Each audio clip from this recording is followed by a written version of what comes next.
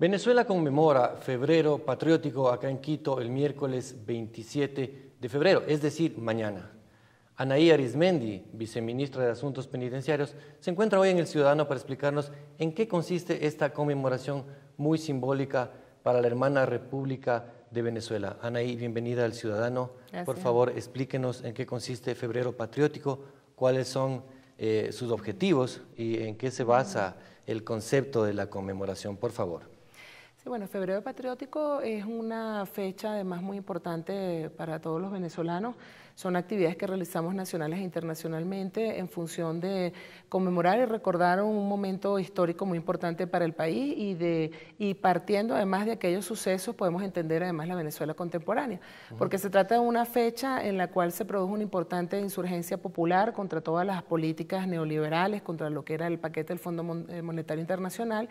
que motivó a que la gente saliera a la calle a protestar y que motivó en ese momento que las Fuerzas Armadas reprimieran, inclusive con casi más de un saldo de más de 3.000 muertos, lo que fue esa insurgencia popular. Fecha además en el cual, bueno, el pueblo se expresó en contra de todos los paquetes neoliberales, parte de más de todas las manifestaciones que ya se venían dando en la calle y que marcó también a las Fuerzas Armadas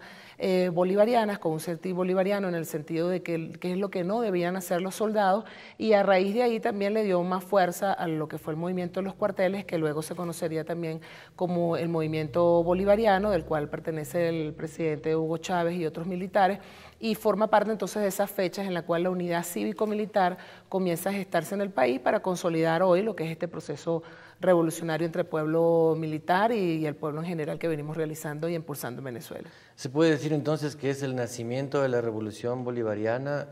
la fecha que usted acaba de mencionar? Es una fecha importante en todo lo que ha sido el proceso revolucionario venezolano. De hecho, el 4 de febrero la rebelión militar se asume como una hija de la insurgencia popular del 27 y el 28 de febrero. Nosotros estamos haciendo una actividad en la cual incluso va a tener toda una exposición fotográfica de cuáles fueron los sucesos en ese momento, imágenes importantes que fue de un periodista como es Francisco Fraso Solórzano, reconocidas nacional e internacionalmente, porque se trata además de entender cómo fueron las luchas de nuestros pueblos durante la llamada década perdida, en la noche neoliberal, y cómo, bueno, esa lucha, ese saldo se va acumulando, se va sumando organizativamente y produce, digamos, luego todo este cambio en los cuales nuestros pueblos comienzan a votar por gobiernos que sean realmente defensores de la patria, defensores de la soberanía y que puedan garantizar procesos de inclusión social. Es decir, toda esa insurgencia popular del 27 y 28 de febrero que conmemoramos con mucha tristeza dado el número de muertos que hubo, fue la época además los días en que se suspendieron las garantías en Venezuela, que es luego de Rómulo Betancourt, la Venezuela contemporánea, digamos en esa época de la Cuarta República, fue la segunda en la cual se suspenden las garantías y en las cuales, producto de ello, hubo muchísima injusticia y muchísima persecución contra los dirigentes populares y contra los dirigentes políticos de esos años. Es una reivindicación, por eso, a que no exista impunidad a las investigaciones que se están llevando adelante ahorita a través del Ministerio Público, a través de los movimientos de familiares en relación a lo que ocurrió esos años y un recordatorio de lo que no queremos ni debemos regresar, aquellos años de exclusión social. Esos fueron años en los cuales el pueblo venezolano, ¿por qué protesta? Porque teníamos, en Venezuela se creó inclusive una categoría de la de pobreza atroz, dado el grado de pobreza que teníamos en esos años, producto de estas políticas económicas. Y es lo que no queremos regresar a esa Venezuela de exclusión social, esa Venezuela donde los jóvenes no íbamos hacia la privatización del sistema educativo, la privatización de nuestra industria petrolera. De hecho, si no llega este proceso revolucionario de Venezuela, quizás tendríamos privatizado hasta el agua. De manera que son unos años en los cuales evaluar qué era lo que tenía, cómo estaba el pueblo venezolano en aquel momento y los avances que tenemos hoy en día gracias a todo este proceso de inclusión social y todo lo que ha sido la revolución bolivariana. Viceministra, una coyuntura que tiene algunas fechas hito, como la que usted acaba de mencionar, también tuvo algunos tropiezos. Yo quisiera que analicemos de alguna manera cuál fue la influencia que cierta burguesía intentó dar contra el gobierno legítimamente electo de Hugo Chávez en abril del 2002, cuando junto con Fede Cámaras se organizó una protesta que fue dirigida por ciertas élites para debilitar el gobierno y echarle la culpa al gobierno de incluso algunas muertes que hubo. ¿Cómo enfrentó la revolución bolivariana ciertos procesos orquestados por sectores interesados y muy poderosos, por cierto, para salir adelante y ganar cada vez con mayor aceptación lo que Chávez iba proponiendo al pueblo venezolano? Sí, bueno, la revolución venezolana es una revolución muy consolidada porque el pueblo ha venido de muchísimos años de lucha. Eso también significa recordar aquellas fechas de febrero porque es como el pueblo ha venido creciendo en su organización, en su formación ideológica, en lo que es la unidad y su sentido, además de patria y del norte hacia donde apunta, ¿no? Y es esa fortaleza, evidentemente la fortaleza también de tener un liderazgo como el presidente Chávez en todo lo que ha sido la revolución bolivariana, en demostrar con hechos y no solo palabras todo este proceso de inclusión social, lo que le ha dado esa fortaleza al pueblo venezolano, a todos nosotros como pueblo, para vencer distintas circunstancias. Nosotros hemos vivido prácticamente casi todo tipo de recetas de la CIA, entre golpes duros, blandos, intentos de golpes institucionales, acaparamientos, equipos paramilitares, es decir, todo lo que haya podido aplicar en América Latina, la guerra de cuarta generación, lo que quisiera está en proceso. Y lo hemos vencido, dado la convicción que tiene el pueblo en su revolución y evidentemente los beneficios y la manera como se ha dignificado a nuestro pueblo. Está en el golpe de Estado del 2002, uno de los golpes además más cortos del mundo, no duró ni 36 horas, producto de la fuerza del pueblo venezolano, pero también de esa unidad cívico-militar. Es decir, hay que reconocer también el papel que jugó las Fuerzas Armadas bolivarianas, que en Venezuela son unas Fuerzas Armadas populares, de arraigo popular, con un alto sentido además de lo que significan los ideales de Bolívar, que se expresa durante el 27 y el 28 en eso que marca esa Fuerza Armada decente y que luego daría esa rebelión del 4 de febrero y que se expresó en esa unidad cívico-militar para enfrentar el golpe de abril. Y que ha sido además ese espíritu, nosotros siempre decimos, bueno, al que venga con un 10, porque el golpe fue el 10 de abril, claro, le iremos con un 13, porque el 13 además todos esos 2 días fue que todo el pueblo bajó a la calle, absolutamente sin ningún tipo de medios de comunicación. Claro, había un silencio mediático privado, ¿no? Era una manera de comunicarse, además todo el mundo sentía que Chávez no había renunciado, que queríamos ver a Chávez, de rescatar a Miraflores, y el papel que jugó además la Guardia de Honor y todas las Fuerzas Armadas bolivarianas en general. Y esa unidad cívico-militar ha sido sin duda la gran fortaleza de la revolución bolivariana y que nos ha permitido luego del golpe de Estado enfrentar el sabotaje petrolero. Hay que ver lo que significó esa misma derecha, que además son los mismos actores. Por eso es que Venezuela también los conoce, son los mismos actores, no solo de Fedecámaras, no solo de la burguesía de los sectores comerciales, sino que además son las mismas caras, son los mismos apellidos, son los mismos medios nombres, de comunicación. Y son los mismos medios de comunicación que son los que sirven además, prácticamente son los partidos políticos en Venezuela. Ante la falta de pueblo, ante la falta de calle que tiene una derecha que no tiene un proyecto de país, su único proyecto de país en este momento es tener como tema la salud del presidente, o su único proyecto de país ha sido además salir en los medios de comunicación y no hacer el trabajo, digamos, político con la gente que además no tiene y que en los procesos electorales se ha demostrado. Es un pueblo que además entonces luego enfrenta el sabotaje petrolero, que luego ha enfrentado los procesos, intentos de acaparamiento, de especulación, que ha venido enfrentando situaciones como por ejemplo cuando la presencia de paramilitares en Venezuela que iban a intentar asesinar al presidente, que ha venido enfrentando todo tipo de escenarios, las guerras de cuarta generación o las guerras mediáticas, un pueblo que ya está más claro de cuál es el papel que deben jugar los medios de comunicación, realmente la responsabilidad social que tienen. Fíjate que en Venezuela, donde hay todo este proceso además de discusión de las leyes en colectivo, de parlamentarismo de calle, ahorita del pueblo asambleario, no hay una sola ley que no tenga algún artículo, alguna propuesta por parte del pueblo que tenga que ver con el tema comunicacional. Lo ves desde la Ley Orgánica para la Protección del Niño y Adolescente, desde la Ley Orgánica por el Derecho de las Mujeres a una vida libre de violencia, que califica la violencia mediática como un delito hacia la mujer, lo ves en las leyes del bloque del Poder Popular, ahora está en debate una ley por la comunicación popular. Y eso se traduce en participación popular, y eso se traduce en participación, ¿no? y el pueblo en su participación tiene cada día más conciencia de lo que significa la Contraloría sobre los medios de comunicación, de que los medios tienen que ser más responsables del papel que está jugando los medios, algunos medios en el tema de la desestabilización, y de que el espectro público, en el caso de radio y televisión, que nosotros también tenemos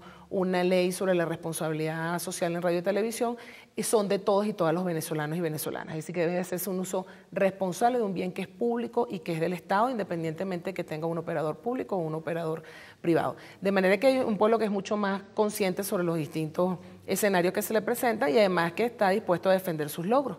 Todo lo que los avances que hemos tenido durante todos estos 14 años de revolución. Te hablaba de que en la fecha de febrero del 1989, nosotros teníamos una categoría de pobreza, todo el 40% de nuestro pueblo estaba sumergido en la pobreza. Nosotros hemos logrado además no solo incrementar nuestras reservas, sino también una reducción importante de la pobreza crítica, de desaparecer esas categorías de pobreza atroz, de inclusión social. Hoy tenemos programas y misiones para los distintos sectores de la población. Tenemos unos adultos mayores que en febrero del 89 tenían que salir a protestar y recibir gases lacrimógenos y ser puestos presos por la policía, que hoy por el contrario tenemos más de 2 millones de pensionados, equivalente a una pensión al salario mínimo, que son atendidos, que son incluidos. Estamos hablando además de una protección de la infancia que antes no existía. Cuando el presidente Chávez asume el gobierno, nosotros teníamos casi 1 millón de niños sin identificación. Hoy tenemos una política de identidad en todo el país que garantiza los papeles, la identificación, el derecho a un nombre, una nacionalidad y todo lo que es el marco del derecho, de los derechos para los niños, niñas y adolescentes. En el 88 y 89 nosotros vivíamos además de un gobierno donde la prioridad no era la primera infancia, por ejemplo. Con todo el proceso revolucionario nosotros hemos revertido la pirámide y hoy los recursos fundamentales reconocidos incluso por la UNESCO van hacia la política de los niños de 0 a 6 años. Es decir, existe una serie de indicadores que reflejan además y reconocidos además de lo que vienen siendo estas políticas de inclusión social y lo que fue el rescate durante el sabotaje petrolero, que sin duda fue también un hito, una etapa crucial de haber rescatado nuestra principal industria, que anteriormente era una caja negra, que en el 89, en los sucesos del 27 y 28, nadie conocía cuáles eran los recursos, para dónde iban los recursos de la industria petrolera. O sea, que en Venezuela se les hace las matrices internacionales de la derecha una guerra mediática que supuestamente nosotros regalamos el petróleo, pero nadie dice que durante la época de Carlos Andrés Pérez, de la Cuarta República, el petróleo cuando lo recibe el presidente Chávez estaba a $7. Es decir, se le regalaba el petróleo, se lo llevaban a Estados Unidos. Es decir, los países supuestamente desarrollados que hoy están en crisis hicieron su política de bienestar gracias a los recursos de nuestros pueblos.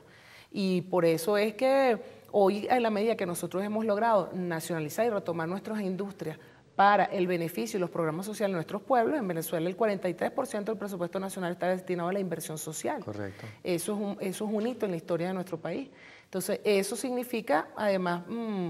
avances importantes, por lo cual, evidentemente, los sectores que siempre han tenido intereses o privilegios, o los imperios que quieren vivir de nuestro petróleo y nuestros recursos, responden o agreden porque quisieran tener nuevamente que toda América Latina fuésemos o siguiéramos siendo su patio trasero, ¿no? A lo cual nuestros gobiernos y nuestros pueblos se han venido expresando con muchísima claridad. Yo creo que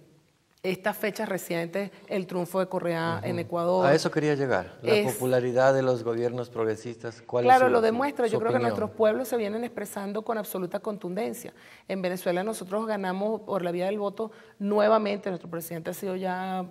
reelecto de distintas maneras en más de casi 14, 15 procesos electorales, con una diferencia de más de 2 millones de votos, con una importante, de manera contundente, porque nuestro presidente es el presidente Chávez y nosotros queremos seguir hacia la construcción del socialismo del siglo XXI. Lo ratificamos nuevamente ahora el 16 de diciembre, cuando ganamos de 23 gobernaciones 20. Y lo vamos a ratificar seguramente ahorita en las elecciones municipales. Y en ese lapso también ha estado el triunfo de Correa, de Rafael Correa, el presidente de Ecuador, que lo asumimos también como nuestro, como todos y todos los países del ALBA, porque en la medida donde el pueblo también ecuatoriano se ha manifestado con una contundencia de seguir en un proceso de inclusión social, es decir, del derecho que tenemos nosotros los pueblos de realmente que nuestros recursos se inviertan en nuestras sociedades, en procesos de inclusión social, en procesos de que realmente venzamos juntos la pobreza y que en esa medida podamos trabajar como equipo y seguir avanzando en los procesos de integración como el ALBA, el Mercosur, el UNASUR, que hemos venido fortaleciendo porque evidentemente necesitamos de esa unidad que siempre planteó Bolívar, porque un solo país no puede solo, ¿no? Y eso ha sido también muy importante para nuestros pueblos. Cuando uno En Venezuela tú vas a un hospital y ves que de repente una incubadora para nuestros niños es una incubadora argentina, por ejemplo, que viene de ese proceso de integración, lo que ha significado para nosotros los médicos y las médicas cubanas. El intercambio que hemos tenido en el marco de las misiones, en el marco del ALBA de las misiones, que nos ha permitido a todos como países reducir el analfabetismo en nuestros pueblos. El intercambio que tenemos ahorita en materia de tecnología, nuestros satélites Simón Bolívar, nosotros tenemos ya 2 satélites en el área que son también para toda América Latina, son cambios fundamentales a los cuales todos los pueblos del ALBA y los pueblos de América Latina tenemos derecho, así como se han organizado otros, como la Unión Europea y otros, lamentablemente, en crisis producto de sus propias políticas. Nosotros nos estamos organizando y trabajamos en equipo para un proceso de inclusión que beneficie a nuestros pueblos. Febrero patriótico, entonces, vale la pena compartir con las naciones hermanas. Sí, Febrero Patriótico yo diría que es una fecha como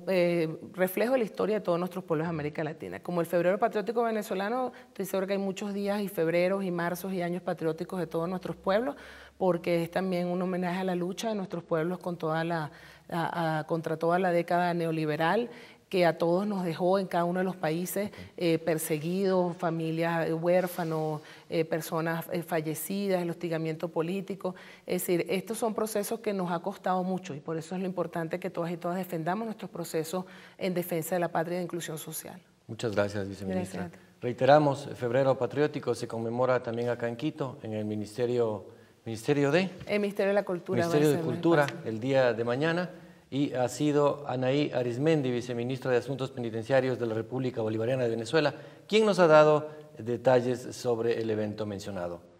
Muchísimas gracias.